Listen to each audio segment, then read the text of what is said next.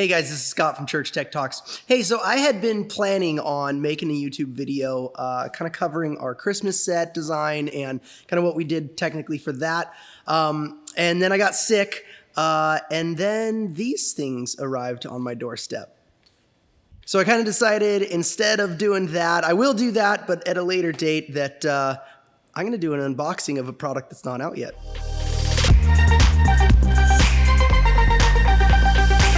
So, truth be told, I have already opened these boxes. This isn't a true unboxing. But the reason I did it is because I wanted to give you guys kind of some more information. There's not a lot of information about these on the internet. I mean, we have what's on the Midas website and kind of what they've told us in their Facebook videos, but there's a lot of unknowns. So I wanted to open it up and kind of get my hands on it a little bit first so that I could come prepared for this video and actually share some useful information. All right, so we have the Hub 4 here and the DP48. I actually got 4 of those, so I have a complete system here. Now, the guys over at Music Group, they saw the video I had made reviewing this DP48, and they actually told me that they really liked it, and they had some of the ideas I guess I mentioned they really liked and wanted to possibly implement, so we might be seeing some of those coming to this, but they wanted to send me some of these and just get my feedback for churches, which is pretty awesome. As far as I know, I'm kind of one of the first public beta testers they have, so super excited about that, and thank you so much, Music Group, for sending me these. I'm very excited. So here is the DP48 right here. I'll get this out. There we go. And the first thing you will notice, one of the first things I noticed, let me pull that away. Ugh. All right, there's our DP48. The first thing I noticed is that they removed the mute and the solo buttons. They replaced them with these rotary knobs. And I have to say too, all of these knobs have like just a really great feeling weight to them. They just feel really good. They've got some resistance on them, and so they just have this like buttery smooth feeling on them. And the buttons too are just really solid. They clearly used a really high quality push button on all of these. So the next thing I noticed was that the power cable that comes with it right here, get this out. So it's actually a locking power cable. So when you pop that in, you just screw that on, and that's not going anywhere, which I really like. When I first turned this on, it was on firmware version 1, which was actually pretty cool to see, but I knew that they had done some critical updates to it, and so I wanted to get this updated to the latest firmware. So I updated all these to the latest firmware. It's super easy. You just pop an SD card right in here in the back there. This unit can actually format the SD card itself, and so you just pop an SD card in there. One thing I did find out is the SD cards have to be smaller than 32 gigs. I tried a 128 at first, that didn't work, so I stepped down to 64, that didn't work, so I stepped down to 32 when we were in business. And the reason I stepped down is because I think I remember reading that the X Live cards have that 32 gig limit on the wing, and so in my back of my mind I thought, oh, maybe it's a size limit, and it turned out that I was right. So I think that these are maxed out at 32 gig SD cards, which is plenty. And so I popped that in and formatted it using the DP48. Once I formatted it, then I took it onto my Mac, and formatting it just gives it a folder that I think is just called DP48, something like that. And all you do is you just take the update file, you drop it in that folder, you put it back in here, and you hold the setup button while you are turning it on. So very similar to the X32, where you hold the view button on the USB recorder when you're turning it on, you hold the setup button on this when you're turning it on, and that will initiate the update. Now I'll go over more of this. I'll power on the unit and show you kind of how the operation works in a little bit, but let's go over to the Hub and unpack that, because that's the lesser known of the bunch. So here is the Hub 4. I'm just gonna open this box up. Like I said, this is not a true unboxing. I've already unboxed this. So let's toss that box out of the way. All right, and here is the Midas, oops, it's upside down. And here is the Midas Hub 4. So we've got basically AES50A sync master and then an AES50B through on this. And there are a couple ways that I found that you can set this up, which is interesting. And I'm not fully done with my testing yet, but I think the way that's going to work for most people is a little different than you think. And then also you've got these 5, actually it's 6 buttons over here, and they all do something different. So this one's your stage connect AES 50, 33 to 48. This one's your port 1 to 4, AES50A 1 to 32, and then you've got your port 1 to 4 to output buttons down here. All right, so the way you do an firmware update on this unit's a little bit different. Basically, you hook up the USB to your computer. On your computer, they have a firmware updater tool, and you select the firmware that you want to update this unit to. Then you put the Hub 4 into their update mode, which the way you do that is you got to power it down first, and then while you're powering it up, you hold that port 1 button down. That's going to put it into the updater mode, and then the updater tool will automatically update your unit with that software that you selected. So turning this unit around to the back, we've got that USB we just mentioned, a Stage Connect, which is their new XLR. I forget how many channels they can do over it. 32, I think. I can't remember. But they basically made a digital connection out of an XLR cable. And then you've got all of your outputs. So you've got 33 through 48 here. And these are so that you can send audio back to this unit from the DP48s, and those will then send audio to like wireless IEM transmitters. Now, when I first set this thing up, I had realized a few things about it that made me realize I didn't know how P16s quite worked before. Basically, when I set this up, the way I had done it was I ran my AES50A cable that was connecting my M32 to my DL32 stage box. I put this after the DL32. It didn't work because the firmware didn't update the first time I did it, so I had to do it again. And when I did it again, I actually kind of read the manual just to see, oh, what am I doing wrong here? And it seemed like the Hub 4 actually was supposed to go first before the DL32. So I tried that and then it worked. So I don't know if it was actually the firmware that was my problem or if it was the routing that I did. So I'm not quite sure on that. I haven't done enough testing to really tell, but it worked when I set it up that way. Now, the one issue I had was that because I had it on that AES50A run from the M32, it was using all those same inputs. So when I tried to source all of my AES50A inputs, it actually messed up my DL32's outputs. Because if you look on the M32 console, you'll see that when you go to the AES50A section, the normal setup is output 1 to 8, and then 9 to 16, and then output 1 to 8, and then 9 to 16. And then strangely, you have P16 1 to 8, and P16 9 to 16. So I never understood that before, but now I understand that you're technically using AES50A 33 to 48 to send your 16 channels of your P16, your Ultranet, over that AES50A run. So this is kind of confusing, and it didn't make sense to me when I was doing it, but once I kind of played with it, I realized, oh, okay, that totally makes sense. So what I'm going to do today is run a second line through our conduit to go AES50B from our M32 straight to the Hub 4. And then I'll be able to source all of our AES50A inputs on that Hub 4 without messing up the outputs of my DL32. Okay, so we just got that new cable ran, and my assistant tech director Thales is in the back finishing up the end on that run. So we're gonna run that over AES50B, like I said, but I wanted to come over to the console and kind of show you how we're going to set up the routing. All right, so this is our Midas M32, and as you can see right here, we are on version 4.0.1. So if I go over to routing, and I'm going to tab over to AES50A outputs, this is going to be the channels we are sending to that Hub 4 if we're running it on AES50A. So as you can see, this is the normal standard kind of setup that it comes with. Your output 1 to 8 and your output 9 to 16 are being sent over AES50A 1 to 8 and 9 to 16. That's going to be so that your outputs that are on your console are kind of mirrored on your stage boxes, right? And then what they have here is 17 to 24 and 25 to 32 also mirror those same 16 outputs, which doesn't matter on the DL32 because you only have the first 16 anyways. But then your P16s come over 33 to 40 and 41 to 48. So all 16 of those channels on your Ultranet are actually being sourced and sent over AES50A 33 to 48. So if you were to go and try and change that, you're going to mess up the outputs on your stage box, and you're going to mess up the P16 outputs as well. So what I am doing, and what I kind of explained earlier, is I'm going to run a new line. We just finished that up over AES50B.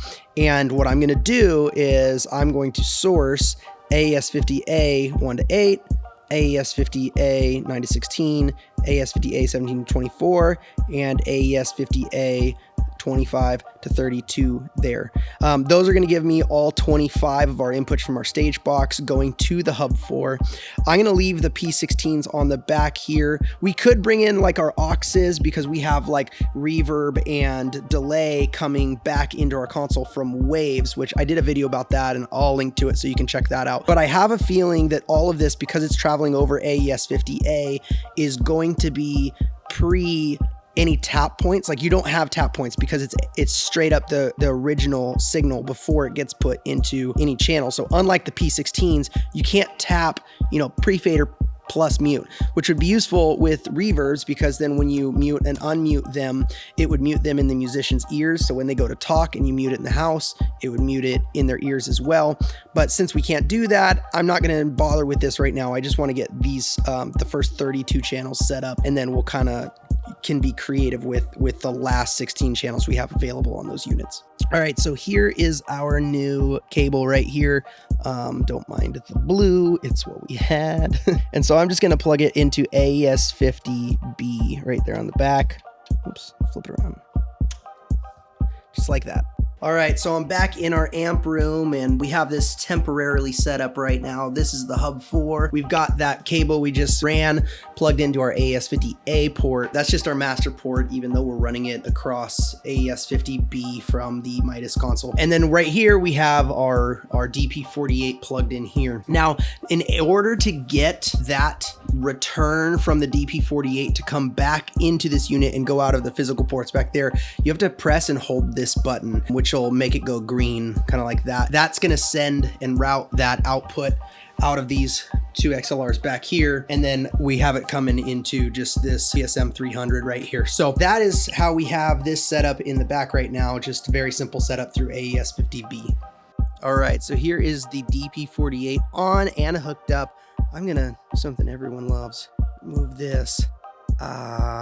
Nice clean unit. Okay, so basically on these, you have two different mixes. I have it in single mix mode. Actually, let me see if I can, I'll try and reset it back to what it was. So if we go into setup, do kind of dual listener mode there, that's kind of what we get. So we have mix A on this side, we have mix B on this side. The way you set up groups, it seems to me that both A and B share the same group structures. So what you would do is, so let's say group 1 you want to be drums, so you would go edit that group and then you're going to assign different channels to it. What I love about this is it's going to show you the name of the channel right there, and that name's coming from your console. So we've got kick 52, kick 91, got a snare, under snare, tom 1, tom 2, overhead left, and overhead right. Those are all assigned. To assign a channel, so let's go over here to, maybe we want our click in there. So there's our click on channel 24. Just to assign it, we just select it, and that's it. I think you press assign when you're done. Actually, let's test that. Let's see if we actually do have to press assign when we're done here. So I'll assign bass, and if I don't press assign when I'm done, I just end. Yeah, you don't have to press assign when you're done. Okay, so let's take bass out of there because that doesn't make sense. There we go. So basically that is now our group. This is kind of the overview of that group. I believe you can name the groups, but I think you have to do it from the SD card. I don't think you can do it on the unit. At least I haven't found a way to do it yet. But the cool thing is you've got a lot of different things. So here's your level for A, your level for B, your pan for both A and B. You switch between those two just by tapping that one, and then you can kind of pan the group. Your level for U is right here.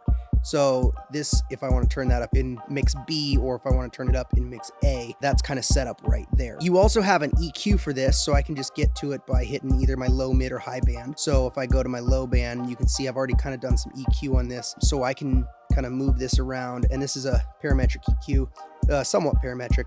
The Q is fixed, but we have 3-band EQ here that we can kind of do what we want with. I can go to that low and, do a cut at 30, 40, whatever. So we have on the group level really customizable control of our EQs, which is really cool. And then we also have a compressor on the group, and that's just, you get a percentage. So I think they tried to keep it simple for your people, which I used this when I first turned it on. I tried it on drums and it sounded pretty decent. It was simple and effective, and I think most musicians would appreciate its simplicity. And then you have a reverb, and again, that's just a volume, but you have reverbs per groups. Now, I don't think you have reverb per channel. So the way you'd find that out is edit. No, you don't. But you do have volume and pan per channel. And the way you tab through these is just using these arrows here. So if maybe I want a little less of the 52 kick, I can do a little less level, right? If I go over to kick 91, maybe I want a little less of that. Snare and undersnare, obviously I'm gonna want a lot less of undersnare, maybe a little less of snare. Tom 1, I'm gonna want that pan. So I'm gonna tap in and I can pan that to the left. And then I can go to Tom 2 and I can pan that one to the right. And then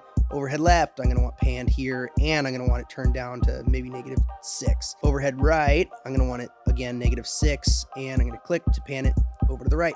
So it's pretty simple to set up a group like that. I mean, that took me 30 seconds. Now, obviously it might take a little bit longer if you've got a bigger group, or if you are trying to really dial in a tone, maybe you have to go back and fix something. But essentially, it's pretty quick and easy to get a group mixed in. Now, you have a My Group tab for both A and B. So the way that works is, as soon as you move this, it's gonna say to assign my group, press group button while holding mix button. So the way you do this is you hold the mix button, and then you just press which group is yours.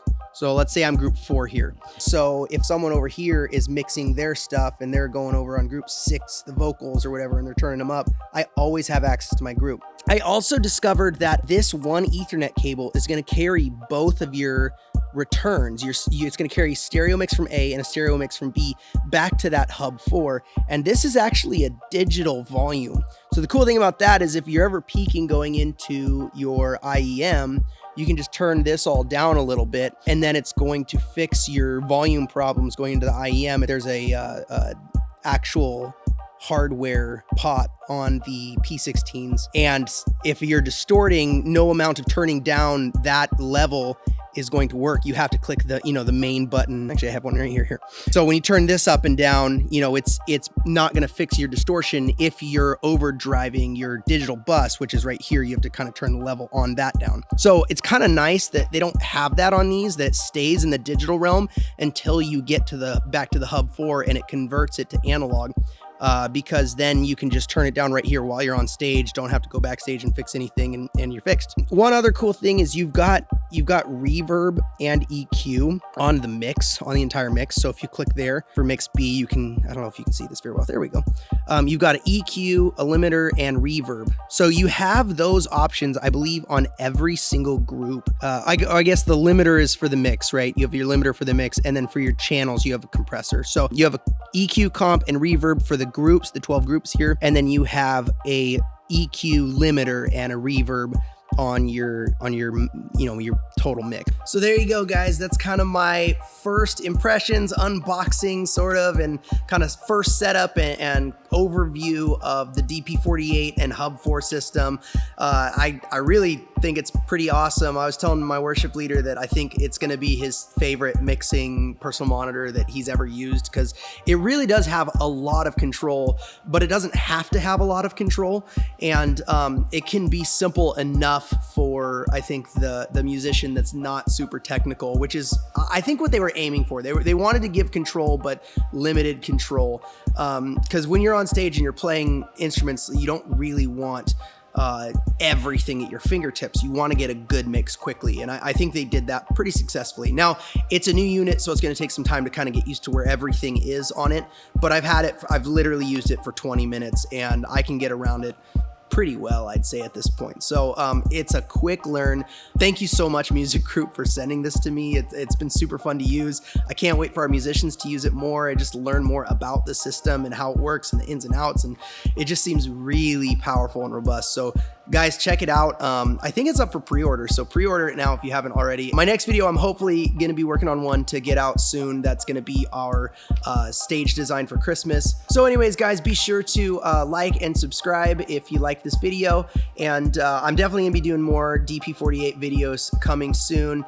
The more I dive into this and learn about this, I'll share it right here. So subscribe and turn on the bell so you get notifications. And yeah, guys, all right, I'll see you next time.